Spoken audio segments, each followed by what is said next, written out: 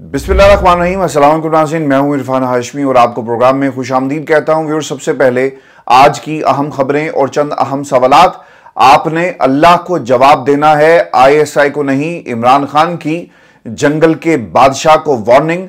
और व्यूअर्स, आपको यह भी खबर दे दें कि सनम जावेद पाकिस्तान तहरीक इंसाफ की एक कारकुन और फिर कारकुन से पाकिस्तान में जो फस्तायत के खिलाफ एक रेजिस्टेंस की अलामत बन गई, आज सनम जावेद को रिहा कर दिया गया है। अब रिहाई के बाद कौन सा नया मुकदमा सनम जावेद का इंतजार कर रहा है, इसका मुकम्मल हाल अहवाल भी मैं आपके सामने रखूंगा। और फिर इमरान खान का जेल से वॉकआउट और उन्होंने जज को मुखातिब करते हुए क्या कहा, और पाकिस्तान तहरीक इंसाफ को अब मैदान में आकर धरना देना होगा। धरना क्यों पाकिस्तान की सियासत के लिए जरूरी है, माजी में जब भी धरना दिया गया इसके क्या नताइज निकले, इसका मुकम्मल अहाता करेंगे आज के इस नशिस्त के अंदर। लेकिन व्यूअर्स, आपको ये खबर दे दें कि इमरान खान को 9 मई के 12 मुकदमात के अंदर एक तो नामजद किया गया और फिर अब शामिल तफ्तीश कर लिया गया है। लाहौर पुलिस ने शामिल तफ्तीश किया और यह भी कहा गया, अदालत से इस्तदा की गई कि इमरान खान को लाहौर मुंतकिल किया जाए, लेकिन अदालत ने सिक्योरिटी रीजंस की वजह से इस इस्तदा को मुस्तरद कर दिया है। यह पहला मौका है कि इमरान खान को बाकायदा तौर पर 9 मई के मुकदमात में शामिल तफ्तीश किया गया। एक सवाल पाकिस्तान के अंदर आम आदमी के जहन में यह जरूर होगा कि जब रियासत इतनी तगड़ी थी कि आपने पूरे के पूरे जज खरीद लिए, आपने पूरी की पूरी अदालतों को अडयाला जेल में मुंतकिल कर दिया, पाकिस्तान के अंदर निज़ाम इंसाफ घुटनों पर लेकर आ गए, तो फिर 9 मई के मुकदमात में आपने इमरान खान को सजा देने और कम से कम शामिल तफ्तीश ही कर लेते, इतनी देर क्यों कर दी? इसका जवाब ना बड़ा आसान सा है। पाकिस्तान के अंदर ये जितने भी मुकदमात खान साहब पर बनाए गए, इन मुकदमात के अंदर प्रोसिक्यूशन और प्रोसिक्यूशन के पास जो सबूत थे इतने तगड़े नहीं थे। वकील थे लेकिन दलील नहीं थी कि इमरान खान को हमेशा के लिए ये जेल में रखते। आप कर क्या रहे थे? आप सिर्फ और सिर्फ टाइम बाई कर रहे थे कि ज्यादा से ज्यादा देर जेल में इमरान खान को रखा जाए, मुकदमात इतने बना दो कि इमरान खान को इन्हें भुगतते भुगतते कई बरस गुजर जाएं और उस वक्त तक हम अपना काम कर चुके होंगे। और जिसलिए हमने ये सारे का सारा खेल खेला, हमने ताकत के जरिए इक्तदार को अपने हाथ में रखना था, अपनी मर्जी के कठपुतली वज़ीर-ए-आज़म को कुर्सी पर बिठाना था। ये हम कर लेंगे, ये एक सादा सा इसका जवाब है। लेकिन व्यूअर्स, एक सवाल इसके साथ जो जुड़ा हुआ है कि सब कुछ ये हो रहा था तो 9 मई के मुकदमात के अंदर भी इमरान खान को आप पकड़ सकते थे, आप गिरफ्तारी डाल सकते थे। एक बरस बीत गया, वो बुनियाद जिसके ऊपर आपने पाकिस्तान तहरीक इंसाफ को तबाह करने की कोशिश की, आपने वफादारियां तब्दील करवा दी, आपने इंटरव्यूज करवाए, आपने प्रेस कॉन्फ्रेंसेस करवाई, आपने पाकिस्तान तहरीक इंसाफ की पूरी क्यादत को तहरीक इंसाफ के खिलाफ कर दिया। उस केस को इतनी देर के बाद आप अदालत में क्यों लेकर गए? इनका यह ख्याल था कि इमरान खान को हम मना लेंगे और दूसरी तरफ जो बाकी मुकदमात हैं इन्हें अदालतों में चलाएं, प्रोसिक्यूशन को खड़ा करें, सबूत लेकर आएं, जजों को खरीदा जाए, कॉम्प्रोमाइज किया जाए और मनपसंद फैसले ले लिए जाएं। लेकिन जब इनकी हिकमत अमली नाकाम हो गई तो फिर इन्हें ख्याल आया कि यार, हमने तो एक 9 मई का मुकदमा भी इमरान खान के खिलाफ बना रखा है। अगर इस मुकदमे को हम अदालतों में ना लेकर गए तो ये बयानिया सिर्फ बयानिया रह जाएगा, ये इल्ज़ाम सिर्फ इल्ज़ाम रह जाएगा। और फिर इमरान खान तो पहले दिन से कह रहे हैं कि सरकार, मैं तो जेल के अंदर था, मैं आपकी हिरासत में था, मैंने रियासत के खिलाफ लोगों को उकसाने के लिए ऐसा क्या इकदाम किया? अगर आपके पास कोई ठोस सबूत मौजूद हैं, आप अदालतों में लेकर जाएं। और जिन लोगों ने ये भी किया, हम ना सिर्फ उसे कंडेम करते हैं बल्कि हम मुतालबा करते हैं कि पाकिस्तान की रियासत, पाकिस्तान की हुकूमत, पाकिस्तान में कानून नाफिज करने वाले इदारे इन लोगों के खिलाफ कार्रवाई करें। ये जरताज गुल साहिबा भी कह चुकी, ये शारियार अफरीदी भी कह चुके, ये पाकिस्तान तहरीक इंसाफ के बहुत सारे लोग कह चुके कि अगर इसमें तहरीक इंसाफ के लोग मुलव्विस हैं तो आप उनको सजा दें। इमरान खान ने सुप्रीम कोर्ट पाकिस्तान के प्लेटफॉर्म पर खड़े होकर ना सिर्फ इसे कंडेम किया बल्कि ऐसे अनासिर की हौसला शिकनी के हवाले से कानून को यह भी दरख्वास्त की कि हरकत में आए। लेकिन अब व्यूअर्स, हुआ ये कि एक बरस के बाद जब आपको दीगर महाजों के ऊपर कामयाबी नहीं मिली तो आपने 9 मई का जो बयानिया था उसे खोला, केस खोला और खबर यह है कि 12 मुकदमात में खान साहब की गिरफ्तारी डाली गई है, उन्हें शामिल तफ्तीश कर लिया गया है। अब देखना ये होगा कि 9 मई के जो सबूत हैं वो क्या हैं। क्योंकि इससे पहले मुराद राज साहब का मैं जिक्र अक्सर करता हूं जब भी 9 मई की बात आती है, तो हमें जियो फेंसिंग के जरिए हमें एक बाकायदा वेब बनाकर बाकायदा दिखाया जाता रहा कि देखें फलां ने फलां को कॉल की, 30 कॉल्स हुई जिस दिन ये हमला हुआ, लेकिन मुराद राज कहां पर हैं, उनकी सियासत कहां गई, और ऐसे लोग जिनकी कॉल इंटरसेप्ट की गई उनके खिलाफ कार्रवाई क्यों नहीं। अगर आप प्रेस कॉन्फ्रेंस कर दें तो आपको उस बोर्ड से हटा दिया जाएगा।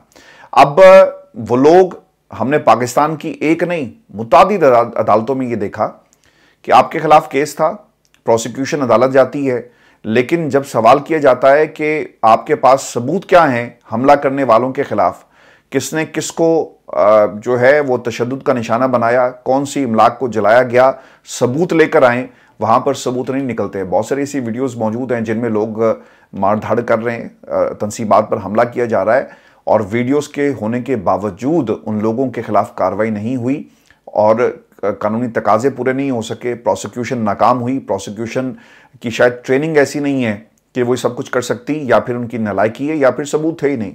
जब आप उन लोगों के खिलाफ कुछ नहीं कर सके, और पाकिस्तान की एक नहीं कई अदालतों ने लोगों को जमानतों पर रिहा किया, तो फिर आप मास्टरमाइंड जिस बंदे को बना रहे हैं उसके खिलाफ सबूत कहां से आप लेकर आएंगे। तो ये केस बुरी तरह जी पिटने वाला है। आप इसे चलाएंगे, आप इसे कोशिश करेंगे कि ये केस ज़्यादा से ज़्यादा देर चल सके, इमरान खान को अंदर आप रखें, लेकिन याद रखिएगा वो वक्त दूर नहीं है जब ये केस अपनी मौत दोबारा मर जाएगा।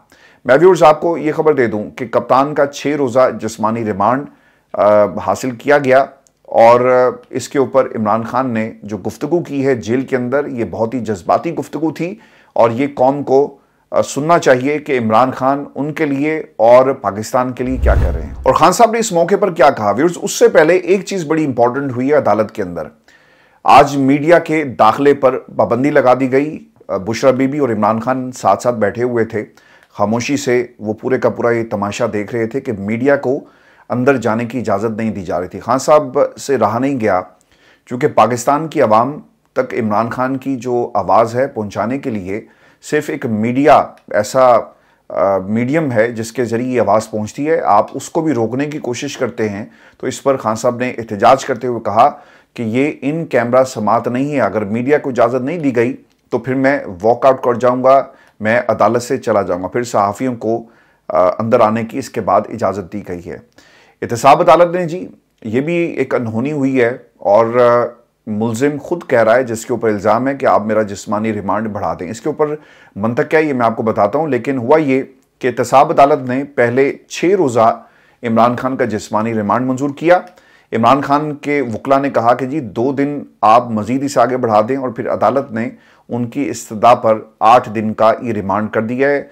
और यूँ अब 22 जुलाई को इमरान खान को दोबारा, बुशरा बीबी को दोबारा जो है वो एहतसाब अदालत के सामने पेश किया जाएगा। 2 दिन आगे करने की हिकमत अमली क्या है जी, 190 मिलियन पाउंड केस 20 जुलाई को मुकर्रर है, और ये 20 से 22 जुलाई इसलिए करवाया गया ताकि पार्टी लीडरशिप वकला से तफसीली मुलाकात के 2 अलग अलग मौके जो हैं वो मिल सकें।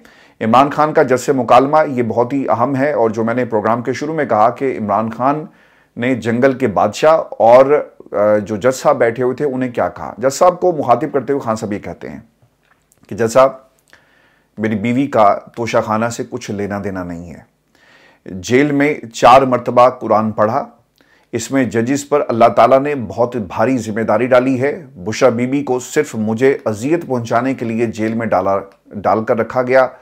मुझे जेल में डालें, मेरी बीवी को छोड़ दें। जज साहब आप अल्लाह को जवाब दें, ISI को जवाब दे नहीं है। अच्छा, बहुत कोशिश की ना आपने इस आवाज़ को दबाने के लिए, बहुत कोशिश की कि पाकिस्तान के अंदर जो शऊर की आवाज़ है वो हमेशा के लिए दम तोड़ जाए, लेकिन ये शऊर का जिन अब आपको गली चौराहों में नज़र आएगा, और ये इन लोगों के सरों पर नाच रहा है। जब भी पाकिस्तान के अंदर हालात की बात आती है ना, तो लोग साथ ही साथ पाकिस्तान में महंगाई का जब जिक्र करेंगे तो साथ ही साथ इमरान खान की रिहाई की बात भी करते हैं। जब पाकिस्तान के बुरे दिनों की बात हो और बुरे हालात की बात हो और बुरी हुकूमत की बात हो, तो साथ ही साथ इमरान खान को भी याद किया जाता है।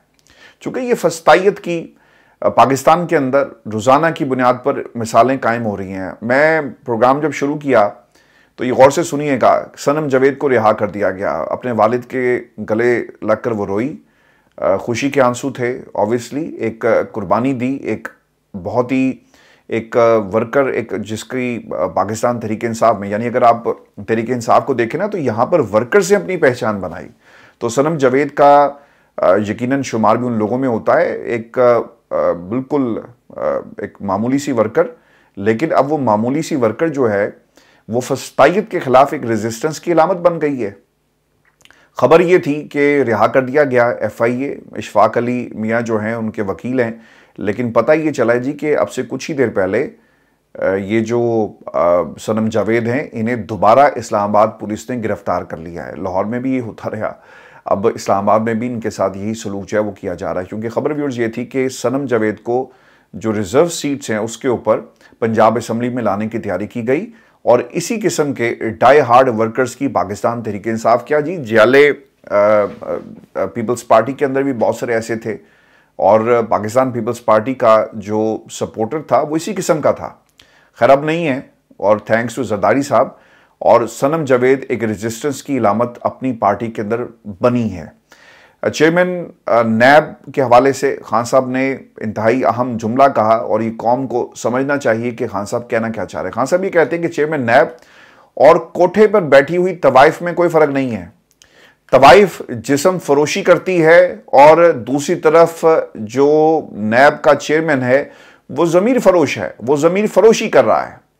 एक बार फिर जंगल के बादशाह का जिक्र हुआ, और खान साहब ने कहा कि मेरी बीवी को बादशाह सलामत टारगेट कर रहे हैं, चूंकि मैंने उनको एक अहम ओहदे से हटाया और मेरी बीवी ने उनकी सिफारिश नहीं की। मैं सिर्फ अपनी बीवी की बात करता हूं, और इसको दोबारा गिरफ्तार करके बहुत गलत किया गया। पहले आफ्ताब सुल्तान और दीगर लोग मुस्ताफ़ी हुए क्योंकि ये गलत काम और गलत फैसले इनसे करवाना चाहते थे। एहतसाब अदालत के जज की कहानी हम मुतादिद दफ़ा पाकिस्तान के अंदर नून लीग के लोगों से भी सुन चुके हैं कि किस तरह उनके ऊपर प्रेशर था। जज बशीर साहब ने कहा कि सर पर बंदूक रखकर मेरे से फैसला लिया गया। साबिक वज़ीर-ए-आज़म को रात 12 बजे बताया जाता है कि सुबह नया केस लगेगा, नैब वाले रिपोर्ट हैं, उनको तनख्वाह देकर जो मर्जी आप चाहें करवा लें। सर ये ओवर द ईयर्स खान साहब हुआ है। जब आपकी हुकूमत को मौका मिला, आपको नैब ख़त्म कर देना चाहिए था, या फिर इस हद तक ज़रूर नैब के अंदर आप तरमीम करवाते कवानीन के अंदर कि ये किसी जो इनके रूल्स एंड रेगुलेशंस है, यानी 90 से 40, 40 से 14, फिर 14 से फिर 40 दिन का रिमांड इस्तेमाल किया गया लोगों के ख़िलाफ़। यानी ऐसे इदारे क्यों बनाए जाते हैं ताकि सियासी विक्टिमाइजेशन की जा सके। और आज नवाज शरीफ की हुकूमत में भी यही सवाल था कि आपने नैब को ख़त्म क्यों नहीं किया। पीपल्स पार्टी की हुकूमत के साथ भी यही लोगों को गिला रहा, उनके सियासी हरीफों को और आज के इत्तेहादियों को ये गिला रहा कि आप नैब को क्यों ख़त्म नहीं करते। सिर्फ शाहिद खाकान अब्बासी साहब जो हैं वो नैब के हवाले से बात करते हैं। देखें, नैब हो या पाकिस्तान में कानून हो इटसेल्फ, या अदालत हो या अदालत में बैठा हुआ जज हो, जब आपने किसी को इस्तेमाल करना हो और दूसरा इस्तेमाल होने के लिए तैयार हो तो आप रोक नहीं सकते।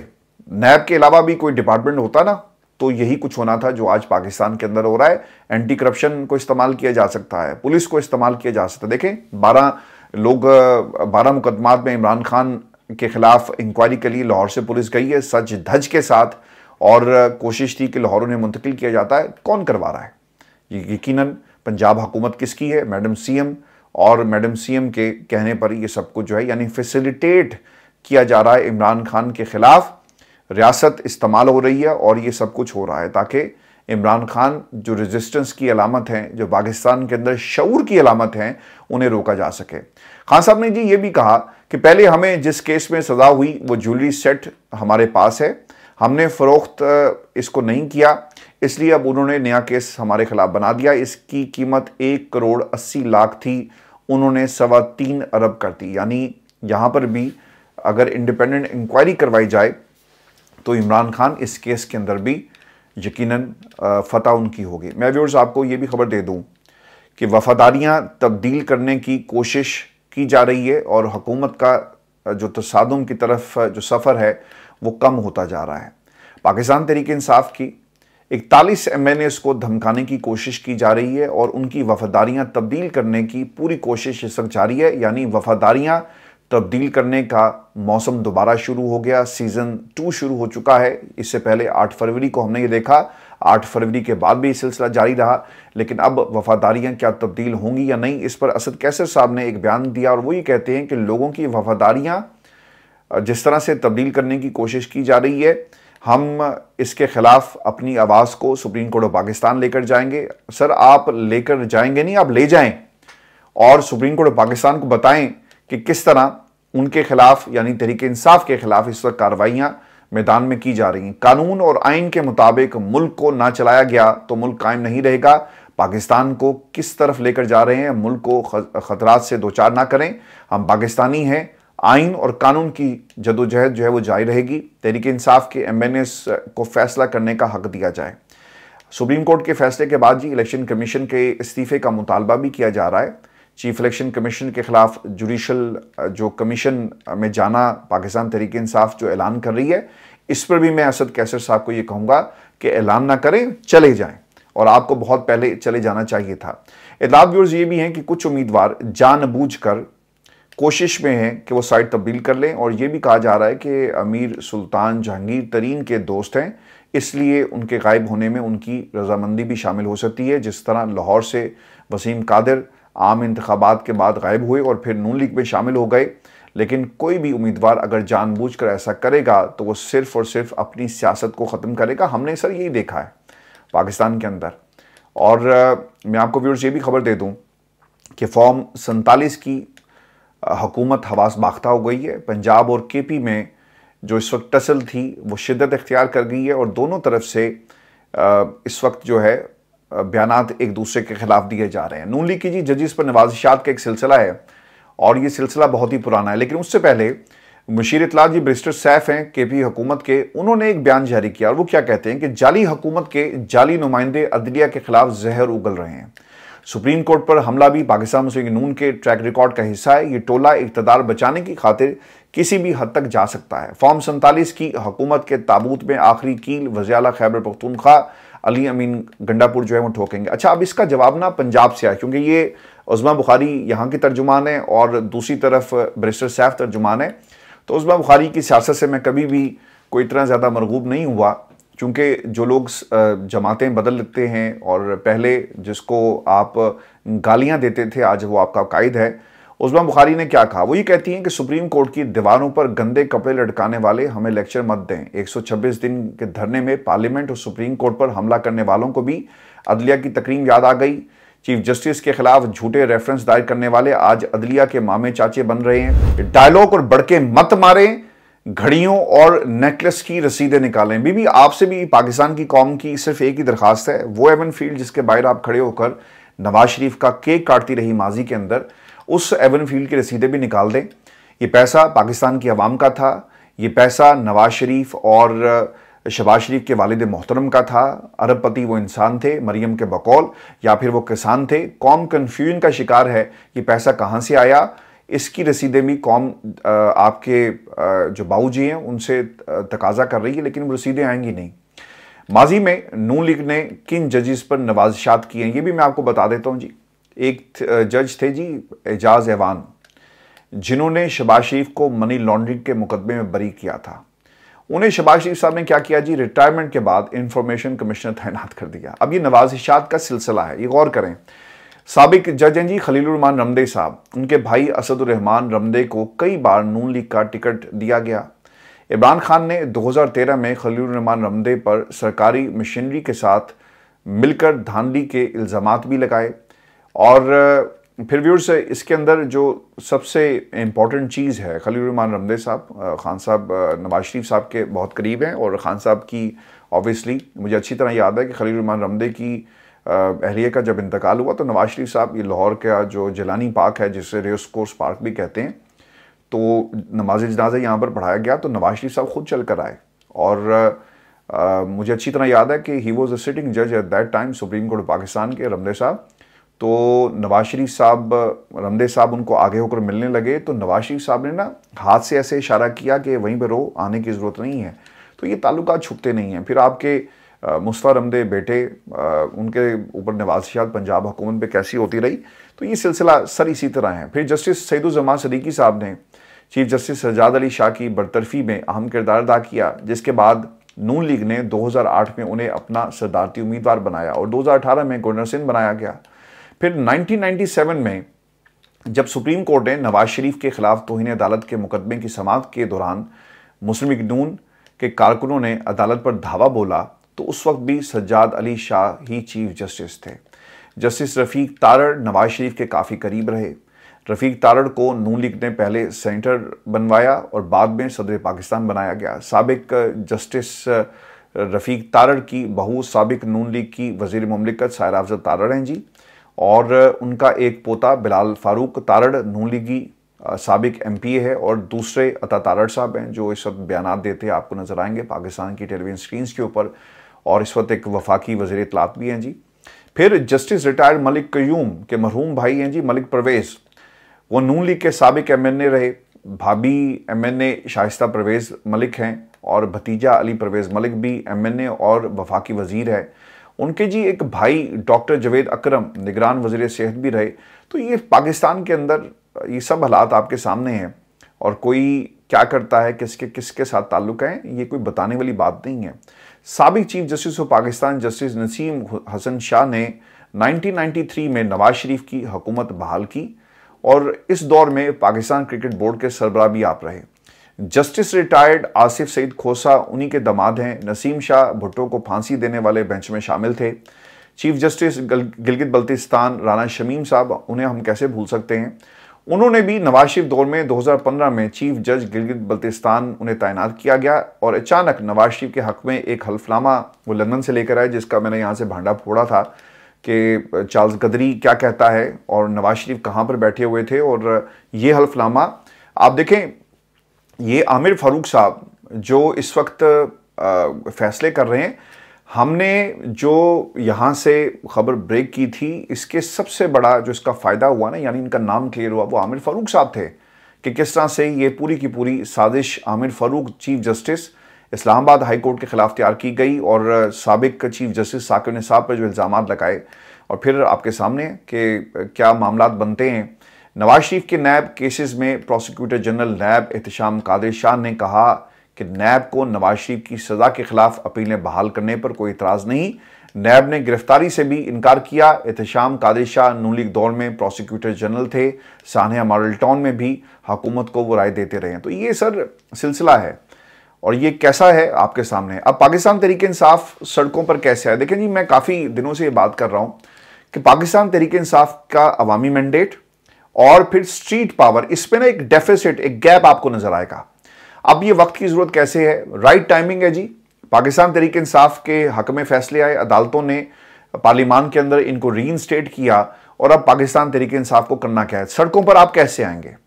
PTI कहाँ गायब है, जमात इस्लामी जी और तहरीक लब्बैक समेत सब जमातें इस वक्त सड़कों पर हैं, मगर पाकिस्तान तहरीक इंसाफ गायब है। इमरान खान को केसेस में बरियत के बावजूद जेल में रखने और PTI MNAs के मुबैना अगवा के बाद अब PTI के पास सड़कों पर आने के सिवा कोई ऑप्शन मौजूद नहीं है। PTI पंजाब और इस्लामाबाद में धरना या एहतजाजी जलसे करने में नाकाम रही है, और अब ये एक ऐसा मौका है कि जिसको इस्तेमाल करके पाकिस्तान तहरीक इंसाफ सड़कों पर माहौल को गर्म कर सकती है, यानी हुकूमत पर दबाव डालने का ये बेहतरीन मौका है, क्योंकि आवाम को बजट पर गुस्सा है, हुकूमत के खिलाफ अवामी जज्बात भड़क रहे हैं। और मैं आपको ना एक बात और भी बता दूं कि आज खबर ये आई है व्यूअर्स कि पाकिस्तान के अंदर ये जो बिजली के बिलों के हवाले से जो मामला आता है, ये ख़तरनाक हद तक आगे बढ़ गए हैं।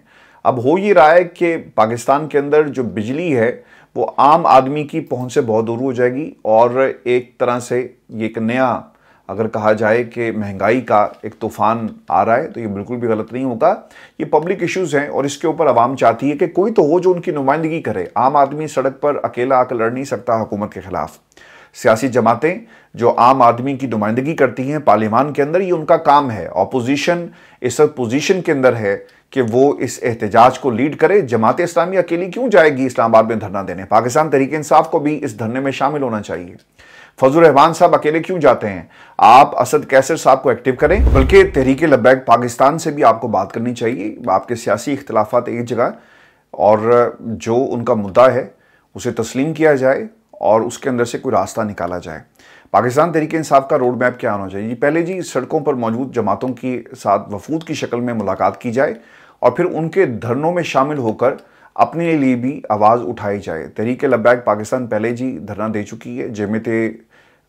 जमात इस्लामी जो है वो धरना देने जा रही है। पाकिस्तान तहरीक इंसाफ को भी इसमें अपना हिस्सा डालना चाहिए, क्योंकि अभी वो स्लो फ्लाइट या खुद से धरना देने की पोजीशन में नहीं है, मगर इन जमातों के साथ मिलकर वो मुश्तरका धरनों के ज़रिए अपनी आवाज़ आवाम तक पहुंचा सकती है, बल्कि आवाम की आवाज़ आपको बनना है। अब पाकिस्तान तहरीक इंसाफ कौन से मुद्दे पर धरने दे सकती है या धरनों के अंदर कौन सा मुद्दा जो है उठा सकती है जी? इमरान खान की जेल से रिहाई है जी, महंगाई है, हुकूमत और इस्टेब्लिशमेंट की जानिब से बुनियादी इंसानी हकूक़ की खिलाफ वर्जियाँ हैं, जैसा कि आप पाकिस्तान तहरीक इंसाफ के MNS को उठाकर जो मुल्क के अंदर एक सिचुएशन इन्होंने बना दी है वो देख रहे हैं। फिर इमरान खान की भूख हड़ताल और मुल्क गिर एहतजाज कॉल के लिए PTI अब कितनी तैयार है? इस सवाल का जवाब भी मैं आपको दे देता हूँ जी कि ये इस वक्त सबसे अहम सवाल है, चूँकि इमरान खान गुज़श्ता हफ्ते ही ये इशारा दे चुके हैं कि वो किसी भी वक्त जेल में भूख हड़ताल पर जाने और मुल्क गिर एहतजाज की कॉल दे सकते हैं। इसके लिए PTI को बाकायदा तैयारी की ज़रूरत होगी, चूँकि इसने KPK के अलावा कहीं पर कोई जलसा नहीं किया और दूसरी जमातों के साथ मिलकर उनके धरनों में शमूलियत और अपने वर्कर्स को मुतहरिक करने की हिकमत अमली पाकिस्तान तहरीक इंसाफ के लिए इंतहाई कामयाब हो सकती है। अब ये सवाल कि पाकिस्तानी सियासत में धरने कितने अहम हैं, तो मैं आपको जी इसका भी खाका आपके सामने रख देता हूँ कि इसका सेहरा भी पाकिस्तान तहरीक इंसाफ के सर जाता है, जब उसने सबसे पहले 2013 के इंतखाबात के नताइज के खिलाफ इस्लामाबाद के अंदर धरना दिया जी, और 126 दिन का ये धरना था। और इसके बाद PTI ने 2016 में पनामा केस सुप्रीम कोर्ट में ना लगने के खिलाफ धरना दिया, जिसके बाद वो केस अदालत में लगा और नवाज शरीफ को सज़ा हुई। तहरीक लब्बैक पाकिस्तान पर भी 2017 से इस्लामाबाद में धरना देती ये आई है। ये इनका पहला धरना नहीं है जी, इससे पहले भी ये धरने दे चुकी है, जिस पर काजी साहब ने एक मशहूर ज़माना फ़ैसला भी दिया। धरनों की पाकिस्तानी सियासत में एक ख़ास अहमियत रही है और वो मुख्तलिफ हुकूमतों पर दबाव डालने में कामयाब भी रहे। अब भी ऐसा हो सकता है अगर पाकिस्तान तहरीक इंसाफ अपने जो कार्ड्स हैं समझदारी के साथ खेले, तमाम अपोजिशन जमातें अगर एक छतरी के नीचे आ जाएं और PTI इनको लीड करना शुरू करे, तो अच्छे नताइज जो हैं इसके निकल सकते हैं। लेकिन अचकज़ई साहब को अब आपको एक्टिव करना होगा। ये नहीं हो सकता कि धरना तहरीक ये जो आपकी तहरीक तहफ़्फ़ुज़ यानी पाकिस्तान के प्लेटफॉर्म से जलसे की कॉल दी जाए और फिर बैरिस्टर गौहर आकर उस जो जलसा था उसके ख़त्म होने की आपको ख़बर दें और फिर बाद में अचकज़ई साहब आ जाएं।